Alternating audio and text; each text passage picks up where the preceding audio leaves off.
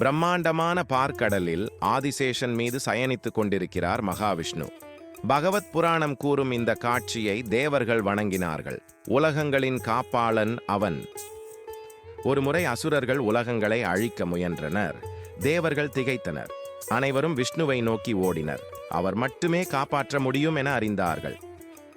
விஷ்ணு உடனே தன் அவதாரமான நரசிம்மராக வந்தார். அரை மனிதன் அரை சிங்கம் என்ற வடிவில் தோன்றினார்.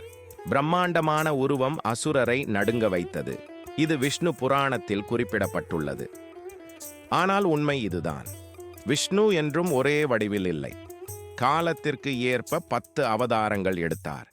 ஒவ்வொரு அவதாரமும் உலகை காத்தது. இதுவே அவரின் பெருமை. விஷ்ணு உலகை காக்கிறார் என்பதை இந்த கதை உணர்த்துகிறது. நாமும் தினமும் அவரை வணங்க வேண்டும். ஓம் நமோ நாராயணாய என்ற மந்திரத்தை கீழே கமெண்ட் செய்யுங்கள். இந்த வீடியோவை உங்கள் குடும்பத்தினருடன் பகிருங்கள். தினமும் புதிய கதைகளுக்கு சப்ஸ்கிரைப் செய்யுங்கள்.